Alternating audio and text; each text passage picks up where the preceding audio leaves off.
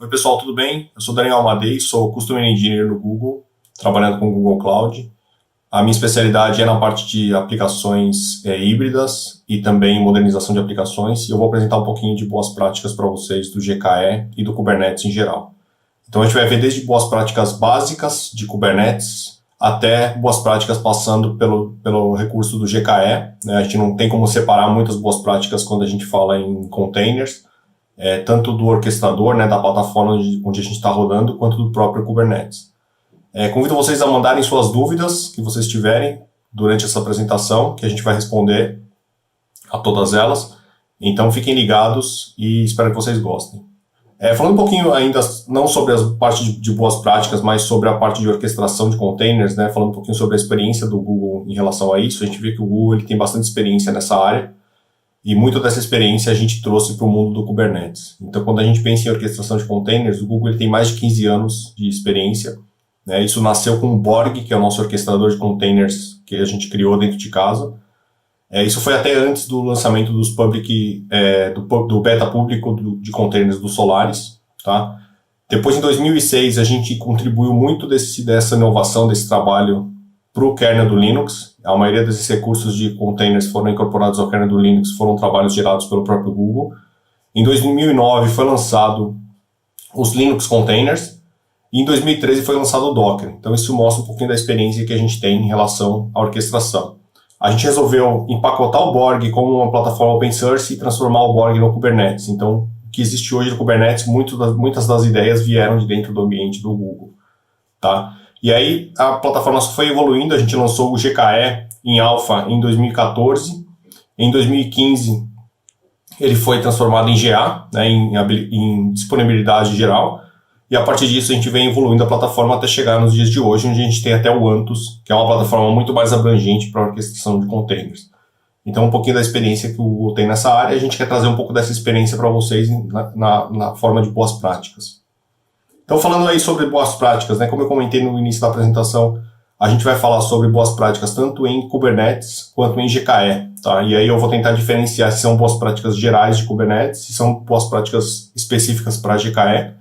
Vou dar essa dica para vocês. Mas vale entender um pouco sobre a plataforma, mesmo que vocês estejam utilizando outras plataformas para orquestração. Acredito que muitas dessas boas práticas também se aplicam. Então, espero que vocês aproveitem o máximo da apresentação. Falando um pouquinho sobre a parte de organização e operação dos seus ambientes Kubernetes, a primeira boa prática que a gente recomenda é usar e abusar de namespaces. Tá? Os namespaces dentro do Kubernetes eles funcionam como diretórios, né, como separadores de recursos. Inclusive recursos com o mesmo nome podem existir em namespaces diferentes sem haver colisão desses recursos.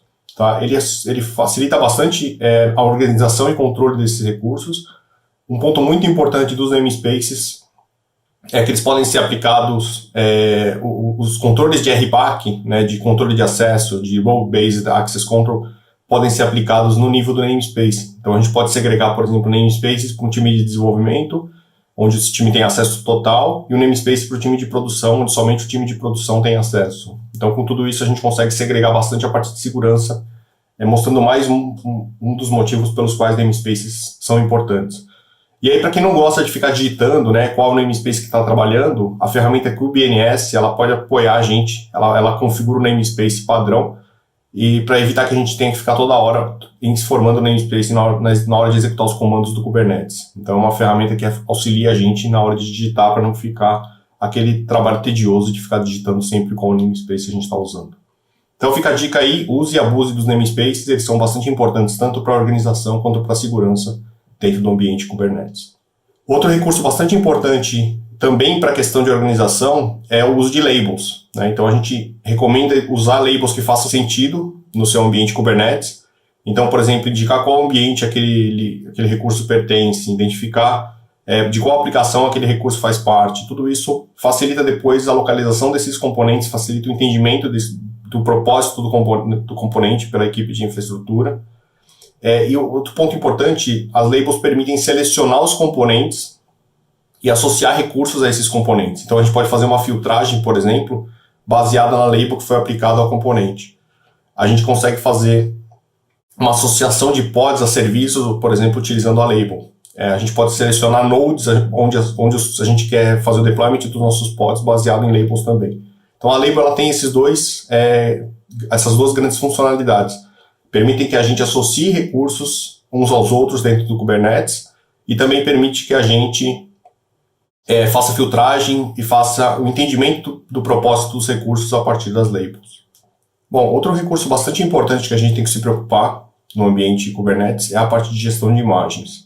Então, a parte de gestão de imagens ela é muito importante e o que a gente recomenda, primeiro, são usar imagens base que são confiáveis. Tá? O Google ele tem uma série de imagens base que a gente chama de imagens gerenciadas, que elas são imagens que a gente faz scan de vulnerabilidade em busca de vulnerabilidades conhecidas, são construídas de forma reproduzível e são armazenadas no Google Cloud e acessíveis através de Private Access. Então, se o cluster de vocês não tem IP público, não tem permissão de sair para a internet, você ainda consegue usar essas imagens para baixar os containers. Tá?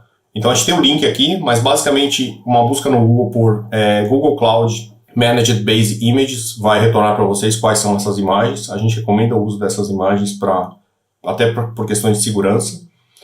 E aí outra recomendação que a gente dá na questão de gestão de imagens é utilizar imagens menores, utilizar as imagens menores possíveis, elas falam com que os containers subam mais rápido. Então, em momento de falha, por exemplo, de um container, a sua aplicação vai ficar fora do ar no menor tempo possível. No momento de escalabilidade, sua aplicação vai escalar mais rápido. Então, imagens menores também ajudam muito quando a gente pensa em escalabilidade e resiliência. Uma outra boa prática que a gente tem, que é uma boa prática bastante conhecida aí no mundo dos containers, é evitar imagens Docker com a tag latest ou sem tag. Por quê? Porque isso faz com que sempre se aponte para a última imagem, que pode fazer com que um container, por exemplo, que suba depois de um tempo, tenha uma imagem diferente de outros containers que já estão rodando na aplicação. Então isso pode gerar um comportamento imprevisível na aplicação, onde parte dos seus pods estão com uma versão, parte dos seus pods estão com outra versão da aplicação, levando a um comportamento que você não vai entender o que está acontecendo. Então é importante sempre utilizar a versão na tag, e aí alterar sempre a versão dessa tag quando um novo build daquele container for efetuado. Então essa é outra recomendação bastante importante que a gente tem sobre a gestão de imagens, tanto para Kubernetes no GKE, como para Kubernetes em qualquer outro ambiente. Outra boa prática que a gente recomenda é sempre habilitar o login. Tá? E aí pensando em ambientes GKE, aqui uma recomendação específica para GKE, a gente recomenda utilizar a integração com o Cloud Operations, o antigo Stack Driver. Para quem não sabe, o Cloud Operations é o novo nome que a gente está dando para a suíte do Stack Driver. E utilizar a integração da parte de login e monitoração. Tá? Então a gente recomenda habilitar o log para o Control Plane, que são os componentes de gerenciamento do Kubernetes, e também para a aplicação. E aí tudo que é gravado para o std in, para o std out, por exemplo, e para o std error, a gente consegue capturar todas essas informações. Vou fazer uma demonstração para vocês aqui de uma aplicação onde a gente captura esses logs, tá, e manda automaticamente para o Cloud Operations e também a parte de monitoração, como ela fica. Tá? Vou acessar aqui meu cluster. Tem um cluster GKE onde eu já criei a integração com a monitoração. Tá? Eu tenho esse cluster aqui, Demo Regional Cluster, é um cluster regional.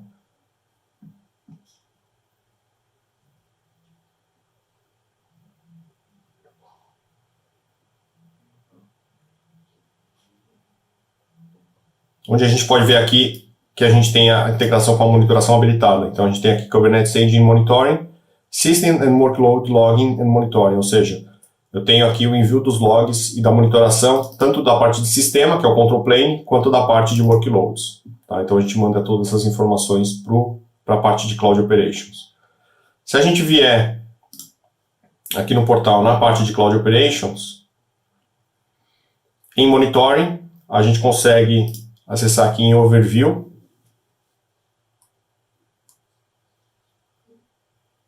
E um dos recursos que a gente tem aqui sobre monitoração é o Kubernetes Engine. Tá? Então a gente vê os componentes que estão sendo monitorados por esse projeto aqui do Cloud Operations. Se a gente consegue verificar aqui toda a parte de infraestrutura, consumo de CPU dos meus nodes, aqui eu tenho 4 nodes aqui nesse ambiente. Os meus workloads, então quais workloads estão instalados nesse ambiente. Tá? Aqui por namespace, então por exemplo a gente consegue vir aqui para o namespace default e verificar os principais workloads que estão instalados, verificar, por exemplo, o consumo de CPU de cada um dos workloads, quais serviços estão expostos nesse nosso ambiente.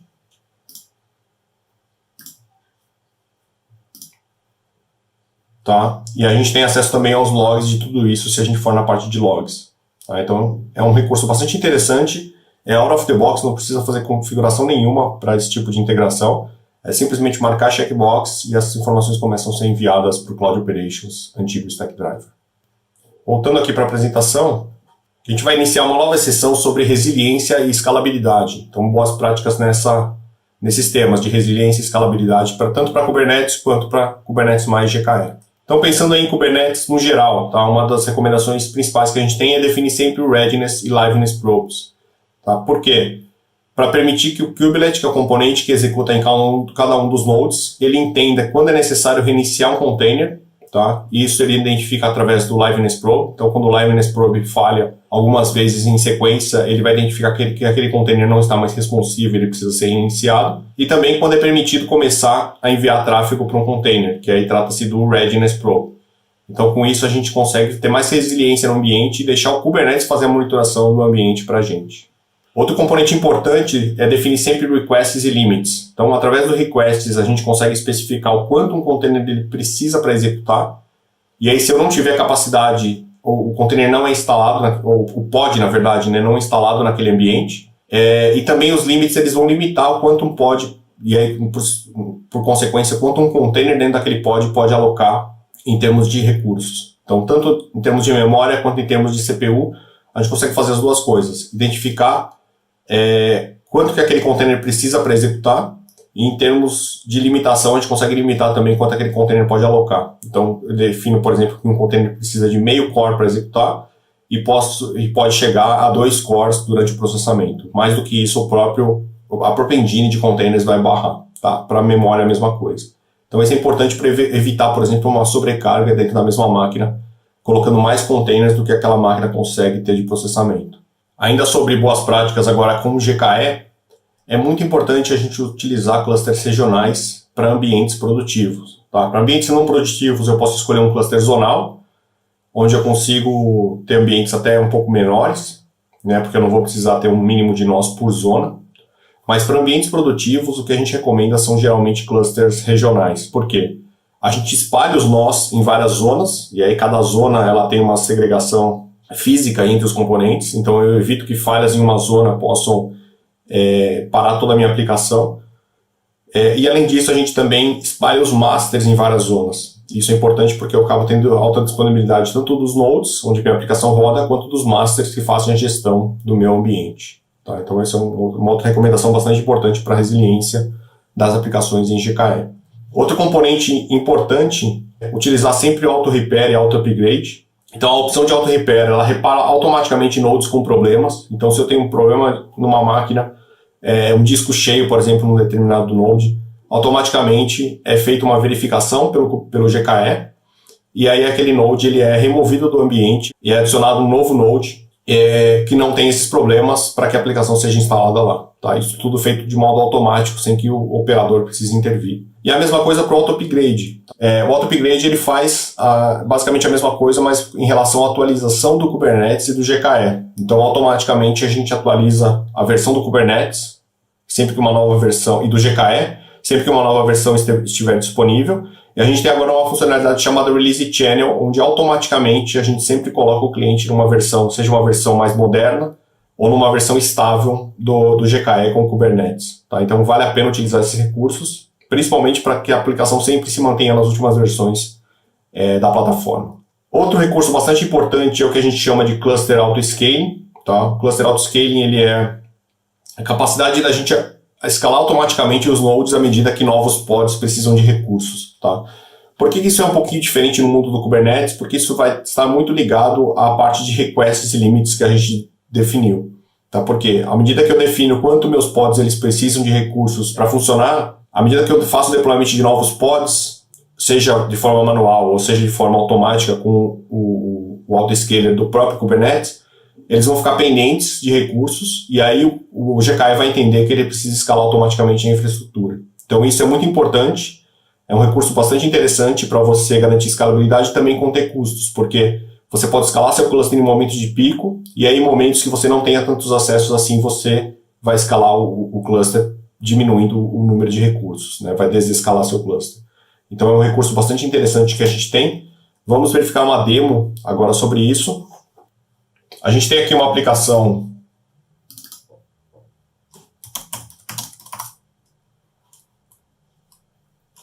onde a gente já deixou o HPA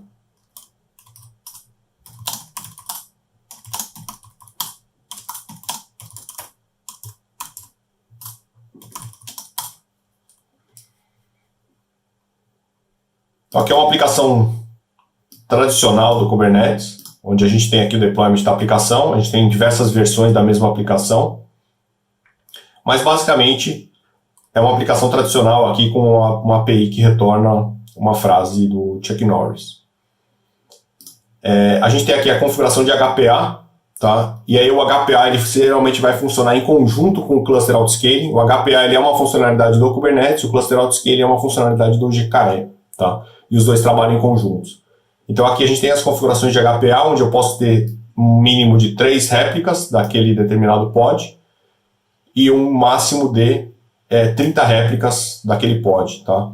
Como é que eu identifico qual componente que eu quero escalar? É através aqui da referência que a gente faz, tá? Então qual o tipo de componente aqui eu estou fazendo target no deployment e qual o nome do meu componente, um K8S Showcase PRD, tá? Então, um recurso importante aqui para a gente fazer esse vínculo entre o HPA e os componentes. E aqui, qual que é o meu objetivo de utilização de CPU? Ou seja, quando a minha CPU passar de 160% aqui no caso, a gente vai escalar esse ambiente automaticamente. Vai escalar esses pods até chegar no máximo de 30 réplicas se o uso de CPU continuar em 60%. Tá? Esse uso de CPU ele é o uso de CPU dos pods, não é o uso de CPU dos nodes ou das máquinas que estão rodando no Kubernetes. Isso é importante também a gente ter essa diferenciação. O HPA ele trabalha no nível do uso de CPU dos pods, por isso que é interessante a gente ter esses dois componentes ligados.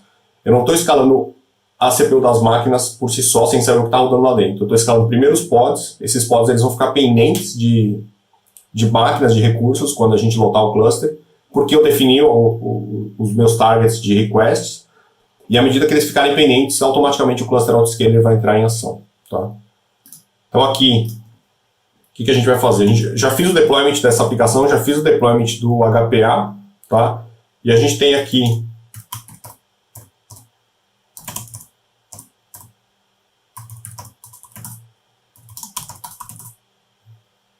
um componente que vai simplesmente verificar se a minha aplicação está ativa.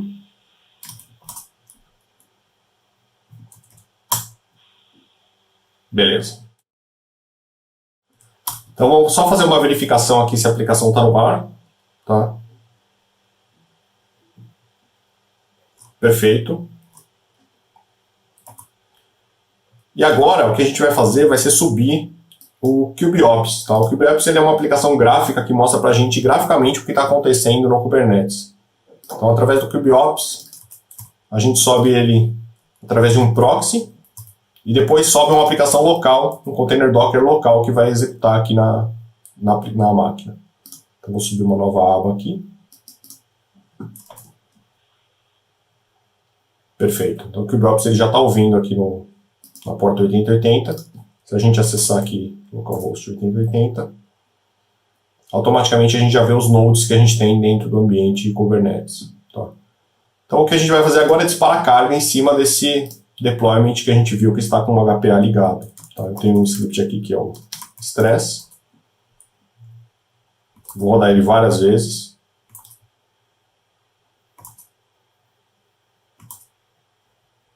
E a gente vai ver qual que é o resultado. O que a gente consegue fazer é ir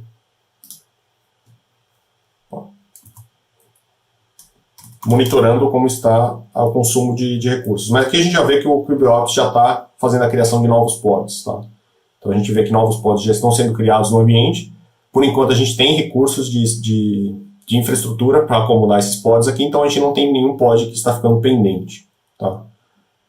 Então aqui a gente vê os novos pods sendo criados.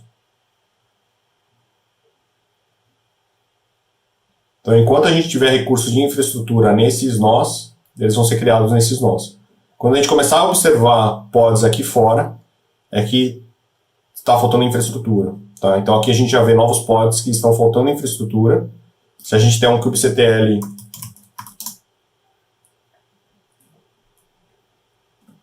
vou até mudar de aba aqui, criar uma nova aba.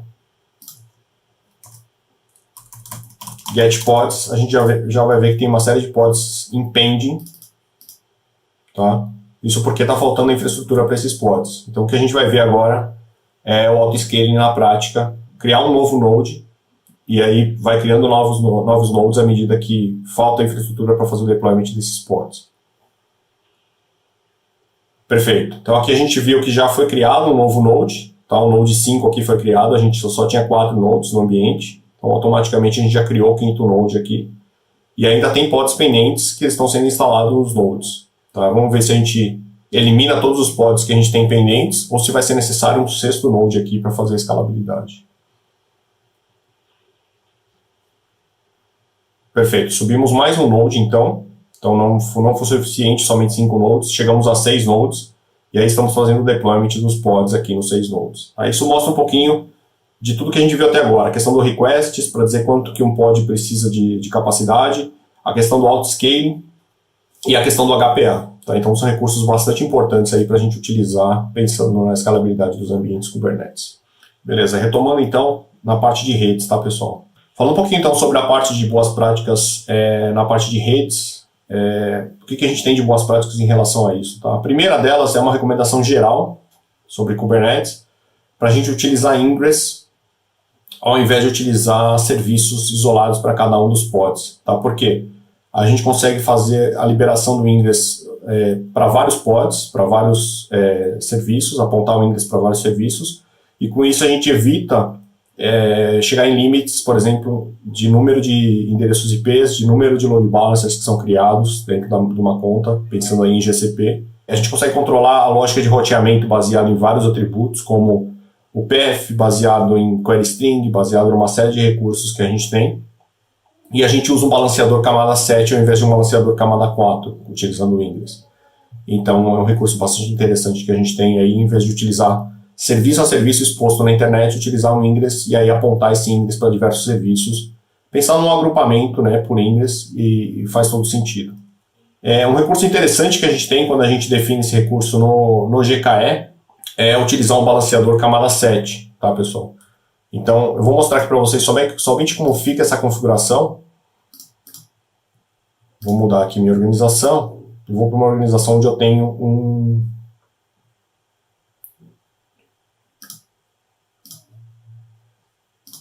um Ingress já habilitado. Tá? Então aqui nesse ambiente eu já tenho um Ingress. Tá? Então já tem esse Ingress criado aqui, esse Basic Ingress. Tá? E a gente, quando verificar o load balancer que é criado para esse Ingress, a gente vê que ele cria um load balancer do tipo HTTP, tá? Com o load balancer camada 7. E a gente consegue delegar para o load balancer uma série dos recursos que são feitos no Ingress. Então, por exemplo, toda a parte de roteamento por path é feito diretamente na camada do load balancer. Então, isso tudo alivia o ambiente Kubernetes. A gente não precisa fazer isso dentro do ambiente Kubernetes e delega isso para a camada do load balancer, onde é um produto feito para isso. Tá? Então, se a gente vier aqui no ambiente, acessar aqui o load balancer, a gente vai ver que a gente tem diferentes tipos de load balancer. Então, a gente tem alguns load balancers aqui, camada 4, tá? Então são load balancers aqui TCP, que são exatamente os serviços que a gente expôs na forma de load balancer, e a gente tem load balancers também camada 7 HTTP, que é o Ingress que a gente criou. Tá? Então, como eu comentei, a gente delega para a parte de load balancer uma série de recursos que se eu quiser fazer na camada 4, eu vou ter que fazer manualmente ou utilizar um balanceador camada 7 dentro do próprio Kubernetes. Tá? Então isso é um recurso interessante que a gente tem aí de integração com o GKE. Voltando aqui para a apresentação, uma outra recomendação que a gente tem é usar o modo VPC Native, pensando em GKE, né? E aí indo para o mundo GKE, a gente tem o modo VPC Native, onde a gente automaticamente aloca os endereços de IP dos pods nas VPCs, então as máquinas elas passam a ter IPs válidos das VPCs, os pods eles recebem IPs válidos da VPC também, e os serviços recebem IPs válidos da VPC. Esses endereços eles são reservados antecipadamente para evitar conflitos. A gente não precisa de rotas, customização de rotas ou customização ou gateways NAT para fazer esse roteamento. Tá? A gente consegue aplicar regras de firewall no nível da VPC do GCP para fazer esse roteamento. E a gente suporta o Container Native Load Balancer, que é um balanceador de carga onde a gente consegue bypassar aí uma camada de rede e ter mais throughput dentro do ambiente Kubernetes. Tá? Vou mostrar para vocês como é que fica um cluster com o VPC Native. Eu vou mostrar aqui esse mesmo cluster que a gente estava olhando.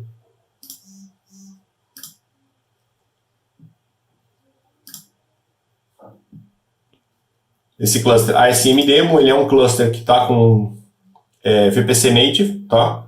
Então a gente tem aqui os ranges dos pods, a gente definiu que é esse range aqui 10.28.00/14, e os ranges dos serviços é o 10.92.00, tá? Esse ambiente ele está numa rede, na minha VPC Default, na minha subscrição, e na subnet Default também para essa região, que é a US Central 1. Tá? Acessando essa subnet, o que a gente vai ver? Que esses ranges eles estão criados aqui. Tá? Então eles são ranges reais que existem dentro da subnet, eles são roteáveis, como a gente comentou, e isso facilita muito a comunicação aí entre os pods, e como eu falei, ele habilita outros recursos de performance, como o balanceamento nativo para containers. Tá? Então é um recurso que a gente sempre recomenda. E o importante também em relação a isso é fazer o cálculo de quantos pods a gente vai ter, porque cada pod vai pegar um IP do range que foi definido para os pods, aqui no nosso caso é o 10.28, e cada serviço também vai pegar um IP aqui desse range do 10.92. Tá? Então é importante fazer o cálculo de quantos pods a gente vai ter para poder fazer a segregação dos ranges de forma certinha, para não faltar IP depois para alocar os pods. Ainda falando um pouquinho sobre GKE, uma outra boa prática que a gente recomenda, que tem a ver com o VPC Native, que a gente acabou de ver, é usar o Container Native Load Balancer, que eu comentei. Tá? Como é que funciona o Load Balancer tradicional no mundo do Kubernetes? A gente sempre bate no kubeproxy para fazer o balanceamento das requisições. Então, muitas vezes, eu posso bater numa conexão, chegar numa máquina onde o serviço que eu vou acessar não esteja naquela máquina e o kubeproxy vai fazer o roteamento para a máquina certa. Tá? Isso envolve um hop a mais de rede, isso diminui o throughput que a gente consegue alcançar e aumenta a latência. Tá? Para muitos workloads acaba sendo insignificante, mas para workloads onde eu tenho muitos acessos ao Kubernetes, ao GKE, acaba sendo um recurso interessante a gente poder fazer um balanceamento direto para os pods. Tá? E aí, com balanceamento diretamente nos pods, a gente consegue fazer o acesso direto ao pod, à máquina onde está aquele recurso que a gente quer acessar. Isso é através de um Network Endpoint Group, que é um recurso do GCP, e aí automaticamente eu não passo pelo kubeproxy, eu vou diretamente para o pod onde está aquela minha aplicação, onde está aquele meu recurso que eu quero acessar. Tá? Isso evita um hop de rede a mais e dá mais throughput e menos latência para o nosso acesso.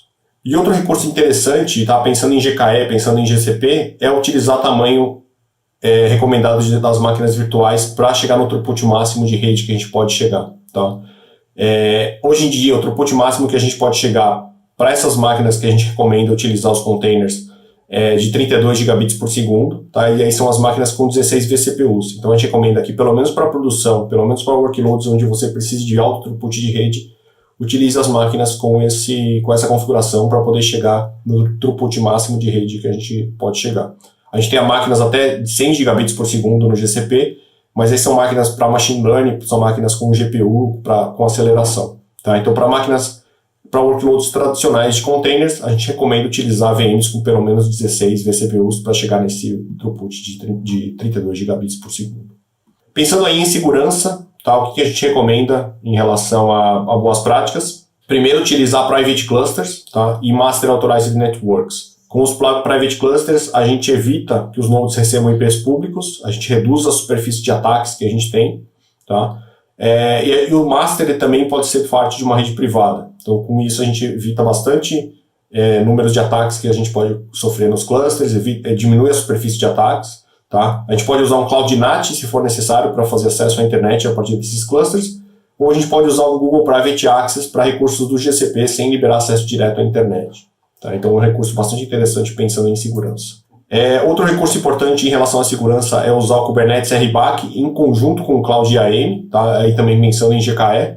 Então, utilizar o controle do Kubernetes de RBAC para proteção granular dos recursos e utilizar a integração do Kubernetes RBAC com o Cloud IAM para acesso aos clusters principalmente. Então, a gente consegue proteger tanto dentro dos clusters, a operação que eu vou fazer via Kubernetes RBAC, E aí a integração do Kubernetes ABAC com o Cloud IAM para evitar acessos indevidos na manipulação dos clusters. Tá? Outro recurso interessante aí em relação à segurança. Outro ponto importante na parte de segurança é utilizar Network Policies. Tá? Muita gente não sabe, mas por padrão, os pods não são isolados, eles aceitam tráfego de qualquer fonte. Tá? Então, um pod pode se comunicar com qualquer outro pod dentro do cluster. Tá? Quando eu aplico uma Network Policy, a gente automaticamente coloca como se fosse um firewall, onde a gente evita a comunicação aí entre os pods. É semelhante às regras de firewall do GCP, mas ela dá um controle mais sofisticado para a gente, utilizando labels, utilizando selectors para identificar quais pods podem se comunicar com quais pods. A gente consegue evitar que um pod se comunique diretamente com a internet, consegue limitar quais endereços aquele pod vai acessar. Então, um recurso bastante interessante aí, pensando em limitação de tráfego, limitação de informações que podem ser vazadas aí pelos pods, seja de forma intencional ou não intencional até. Outras recomendações gerais sobre segurança. Então, pensando em GKE, utilizar principalmente o Container Optimized OS. Tá? Ele é otimizado para a execução de containers. E ele tem um menor footprint, aí, menos recursos instalados, o que reduz bastante a superfície de ataque. Tá? Utilizar sempre Pod Security Policies, que ela força que os pods sigam diretrizes pré-definidas para serem aceitos dentro do ambiente. Utilizar Security Context para evitar que os pods, por exemplo, executem com permissões que eles não necessitem. Tá? Então a gente consegue segregar as permissões e reduzir as permissões que os pods vão executar. E outro recurso importante, pensando em GKE executando dentro do GCP, é utilizar o Workload Identity. Tá? O Workload Identity ele permite mapear Service Accounts do Kubernetes com Service Accounts do GCP e fazer um controle dessas Service Accounts. Então é outro recurso bastante importante que a gente tem para segregação de acesso. Tá? Eu vou deixar uma leitura adicional aqui, mas se você quiser simplesmente procurar por GKE Hardening Cluster, no Google vocês vão encontrar a documentação sobre todas essas recomendações e a motivação de cada uma delas. É isso aí, pessoal. Espero que vocês tenham gostado da apresentação. Como eu comentei, coloquei informações básicas sobre GKE, boas práticas básicas sobre Kubernetes e algumas boas práticas avançadas aí, tanto sobre Kubernetes quanto sobre GKE. Espero que vocês tenham gostado. E não esqueçam de mandar suas dúvidas, que elas serão respondidas por mim no dia da apresentação. Obrigado.